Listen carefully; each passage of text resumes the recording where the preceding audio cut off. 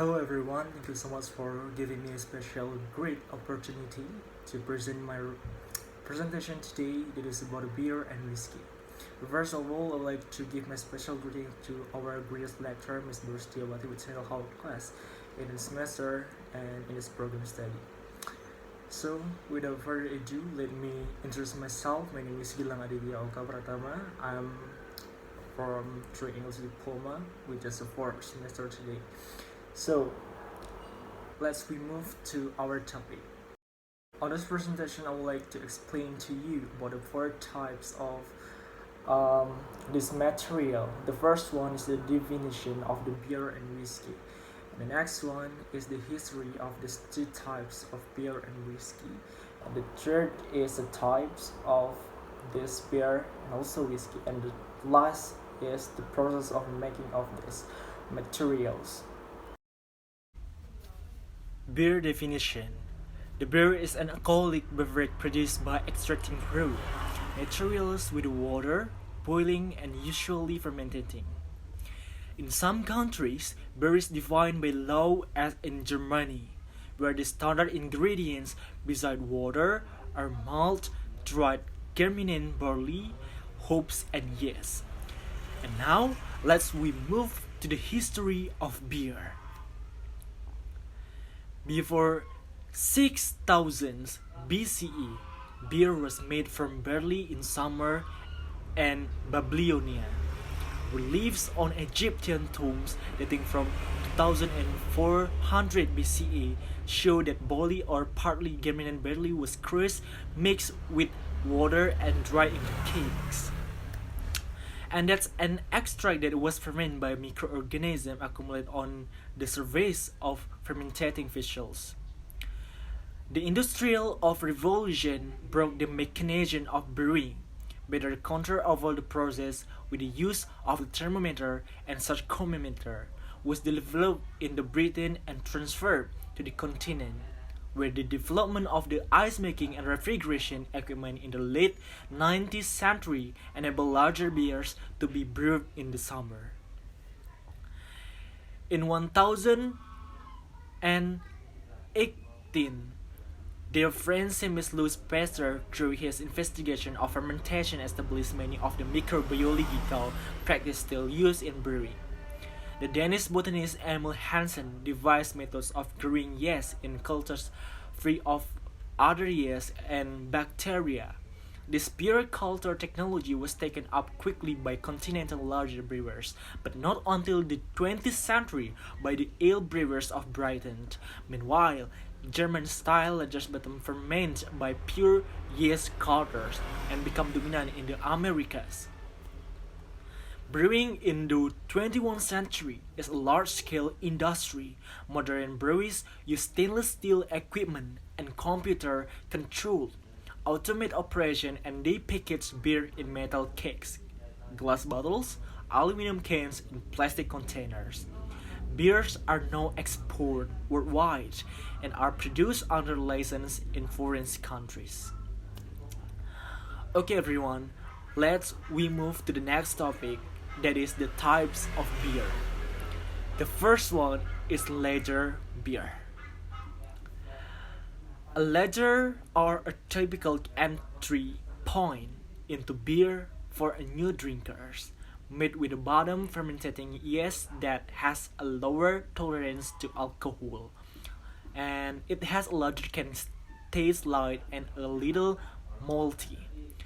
A classic lager in America include Miller High Life, Coors, Budweiser, and Yuengling. And according to Jim Koch, the CEO or founder of Boston in Beer CEO, which makes Sam Adams beer, thus are a great launching pad for a newcomers to beer. The next is India Pale Ale, or we also known as EPAS, which is encompass a numerous styles of beer, getting characteristic largely from hops and variable citrus or fruity flavors. They can be bitter and can contain high alcohol levels. Though the final product depends on the variety of hops used. Some IPA can taste like pure citrus, while others are strong and bitter. Ferment in EPA styles include West Coast EPA style. The next is Pilsners, which is originated from the Czech Republic. Fall under the latter category.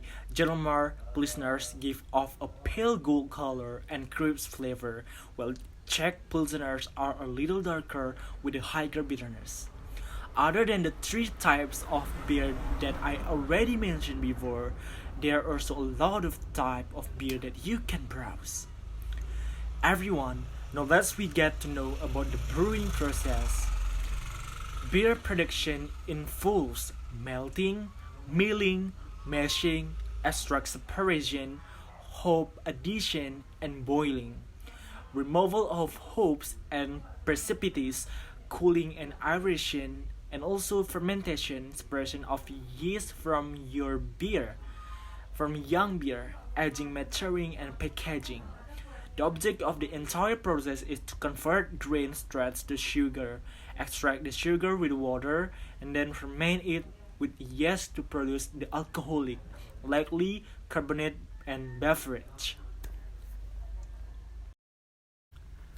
Ladies and gentlemen, we already know about the beer, so now let's we get to know about the authentic drink of whiskey.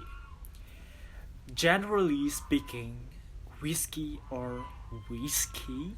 can be any of a variety of distilled liqueurs that are made from a fermented mass of several grains and aged in a wooden containers, which are usually concrete of oak.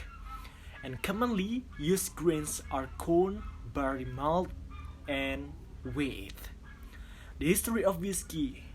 Whiskey has been distilled in Scotland for hundreds of years.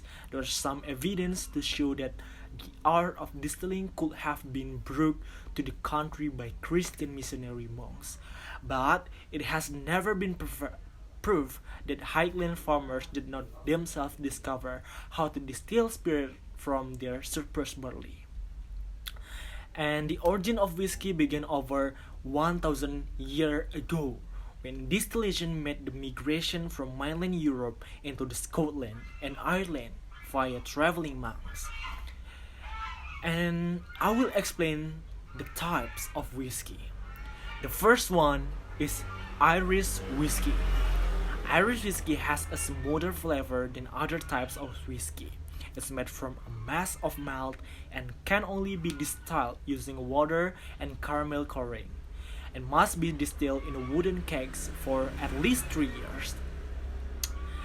The result is a whiskey that is easy to sip neat or on the rocks, so you can use Irish whiskey to make a cocktails. The second one is Scotch whiskey. Scotch whiskey, as known as just Scotch, is made in Scotland with either malt or grain. The Scots they take their whiskey making seriously and have laws in place that distillers must follow. The spirit must age in an oak barrel for at least 3 years. Plus, each bottle must have an age statement which reflects the youngest age and whiskey used to make that blend. This whiskey to shape neat, it makes an excellent after dinner drink. And the third one is Japanese whiskey. A little later to the game than Irish and Scotch, Japanese whiskey has made its mark on the spirits world for its high standards. Japanese whiskey was created to taste as close to the Scotch style as possible and use similar distilling methods.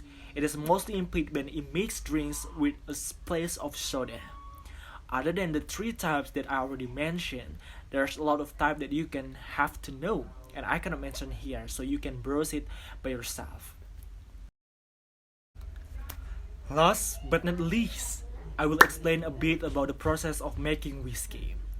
The four primary steps to make whiskey are mashing, fermenting, distilling, and aging. Each distiller uses grain combination chosen by the distillers to produce a specific type of whiskey. Tennessee whiskey, for example, must be at least 500 ounces corn, Other common grains in Texas whiskey are barley, rye, and wheat. So, everyone, that's all my explanation about beer and whiskey. I hope all of you are happy and enjoy with my presentation. I need your apologies if there's any mistake, and thank you so much everyone for watching this video. Goodbye.